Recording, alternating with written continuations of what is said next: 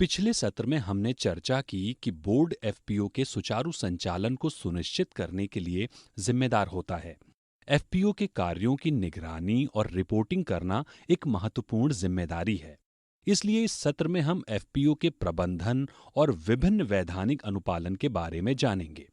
तो आइए इस सत्र में हम चलते हैं प्रगति एफपीओ की मीटिंग हॉल में और देखते हैं कि वहां क्या चल रहा है। विनोद एक एनजीओ के लिए काम कर रहे हैं। वह एफपीओ की क्षमता निर्माण की आवश्यकता को जानने और उन्हें सक्षम बनाने की कार्य योजना बनाने के लिए आया है। आज प्रगति एफपीओ ने विभिन्न मुद्दों और समस्याओं पर चर्चा करने के लिए बोर्ड की विशेष बैठक आयोजित की है। आइए देखें कि बोर्ड की इस बैठक में किस तरह चर्चा हो रही है। आज हम सब उन समस्याओं और मुद्दों पर चर्चा करने तथा उनका हल निकालने की योजना बनाने के लिए यहाँ इकट्ठा हुए हैं, जिनका सामना हमारा एफपीओ कर रहा है। हाल ही में हमारी निगरानी समिति ने सदस्यों के साथ बातचीत की है। उनके कुछ मुद्दे हैं और जिनके कारण वे कुछ समस्याओं का सामना कर रहे हैं।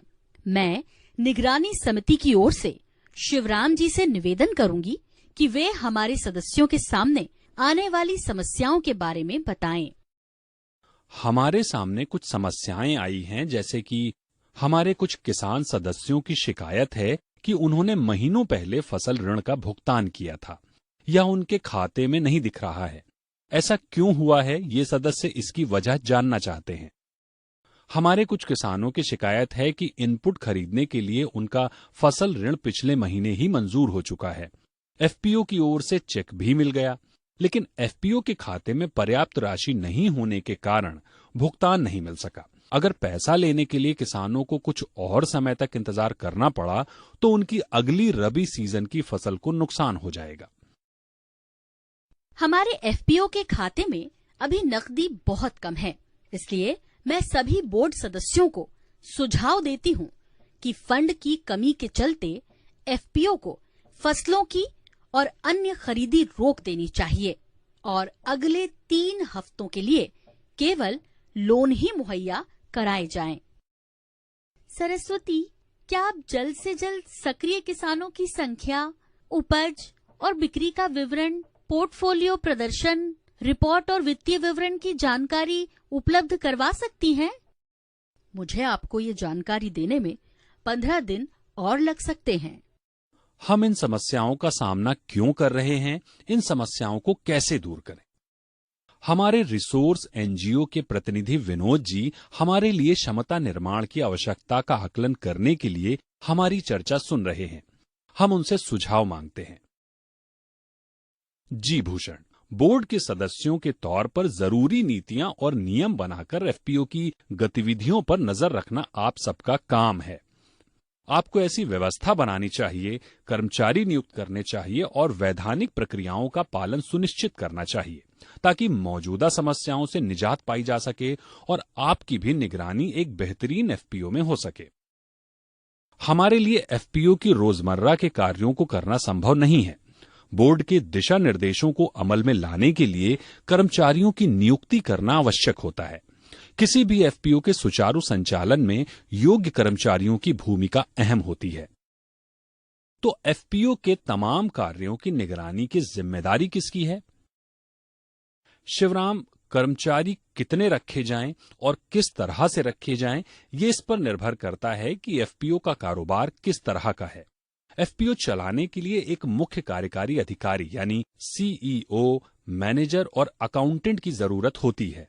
सीईओ अन्य कर्मचारियों के साथ एफपीओ का पूरा प्रबंधन करता है और अकाउंटेंट मुख्य रूप से बही खातों के रखरखाव के लिए जिम्मेदार होता है। समय समय पर अपने एफपीओ के कर्मचारियों के कार्यों की निगरानी करना बोर्ड के सदस्यों की एक अहम जिम्मेदारी है। ये निगरानी इन तरीकों से की जा सकती है।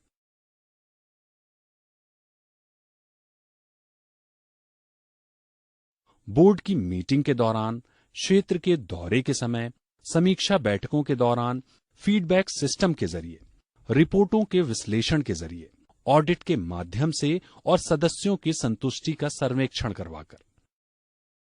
लेकिन बोर्ड एफपीओ में अलग अलग कार्यों की निगरानी कैसे कर सकता है? जी सरस्वती, बोर्ड अलग अलग कार्यों की निगरानी के लिए समय समय पर अलग अलग पैमाने तय कर सकता है। अलग अलग पैमाने और अवधि एफपीओ के कारोबार पर निर्भर करती है। सदस्यों की एफपीओ से कई प्रकार के कार्य करने की अपेक्षा रहती है। हो सकता है कि इनमें से कुछ कार्यों को हम खुद करने में सक्षम ना हों। ऐसे में हमें क्या करना चाहिए? आपने सही कहा भूषण, सारे कार्य करना एफपीओ के लिए हमेशा संभव नहीं होता। इसलिए एफपीओ को सही लिंकेज और साझेदारी बनाने की जरूरत पड़ती है। अलग अलग कार्यों के लिए एफपीओ को लिंकेज साझेदारी बनानी होती है, जैसे कि फाइनेंस, मार्केटिंग, कैपेसिटी बिल्डिंग यानी क्षमता निर्माण, मानव संसाधन, वैधानिक अनुपालन, उत्पादकता में बढ़ोतरी, प्रोसेसिंग और मूल्यवर्धन, भंडारण, अन्य। किस संस्था या व्यक्ति के साथ साझेदारी और लिंकेज बनाने का फैसला लेने में बोर्ड की भूमिका अहम होती है। कर्मचारी उन लिंकेज और साझेदारी को अमल में लाने का काम करते हैं।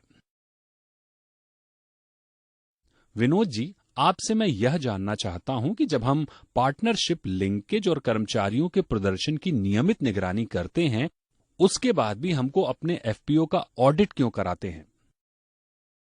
एफपीओ के अकाउंट और उसके कामकाज में पारदर्शिता रखने के लिए ऑडिट बहुत जरूरी है। इससे सदस्यों और बाहरी हितधारकों के प्रति जवाबदेही तय होती है। बोर्ड का यह कर्तव्य है कि वह ऑडिट करवाए और जनरल बॉडी की वार्षिक मीटिंग में सदस्यों और अन्य हितधारकों के सामने उसका पूरा लेखा जोखा पेश करे। बोर्ड के सदस्यों को चाहिए कि ऑडिट के दौरान की गई सिफारिशों को अमल में लाए। नियमित ऑडिट और ऑडिट सिफारिशों का पालन करवाना बोर्ड का अहम कार्य है। विनोद, जैसा कि हम सबसे जानते हैं कि आपके पास अच्छा अनुभव है, एक एफपीओ को वैधानिक प्रक्रियाओं का पालन किस तरह करना चाहिए, या आपसे बेहतर कौन समझा सकता है? जी सरस्वती, एफपीओ के कामकाज में वैधानिक प्रक्रियाओं का पालन सबसे अहम हिस्सा है। ये इसलिए आवश्यक है क्योंकि एफपीओ कानून के तहत रजिस्टर्ड होते हैं और उनका कामकाज नियम कानूनों के दायरे में ही चलता है। रजिस्ट्रेशन एक्ट के कई नियमों के अलावा एफपीओ को अपना कारोबार चलाने के लिए तमाम लाइसेंस और परमिटों की जरूरत पड़ती है, जैसे कृषि विभाग से बीज लाइसेंस की, इनपुट कारोबार के लिए दुकान एवं प्रतिष्ठान और श्रम विभाग से लाइसेंस की, एपीएमसी, एग्रीकल्चर मार्केटिंग विभाग, कृषि और किसान कल्याण विभाग, नागरिक आपूर्ति निगम से खरीद, भंडारण और बिक्री के लिए लाइसेंस की, मार्केटिंग और निरीक्षण निदेशालय से गुणवत्ता प्रमाणन की, प्रदूषण बोर्ड, जिला उद्योग केंद्र से पर्यावरण अनुमति की, प्रत्यक्ष करों के लिए केंद्रीय बोर्ड से जीएसटी, कॉरपोरेट और आयकर के लिए आयकर विभाग की, अधिकृत एजेंसियों के प्रोडक्ट की, जैविक प्रमाणीकरण एजेंसियों से जैविक प्रमाणीकरण की। ये एक लंबी लिस्ट है विनोद जी। बिल्कुल सरस्वती, हमने अब तक एक अच्छा प्रदर्शन करने वाले एफपीओ की कई विशेषताओं पर चर्चा की है। क्या आप कुछ मुख्य बिंदुओं के बारे में बता सकते हैं? जी विनोद जी, एक अच्छे एफपीओ के लिए जरूरी है कि वो नीतियों, नियमों और कानूनों का पालन करे, मजबूत आंतरिक व्यवस्था बनाए और अच्छे कर्मचारी नियुक्त करे, लिंकेज और पार्टनरशिप कायम करे और उनका प्रबंधन करे, कार्यप्रणाली बेहतर बनाए।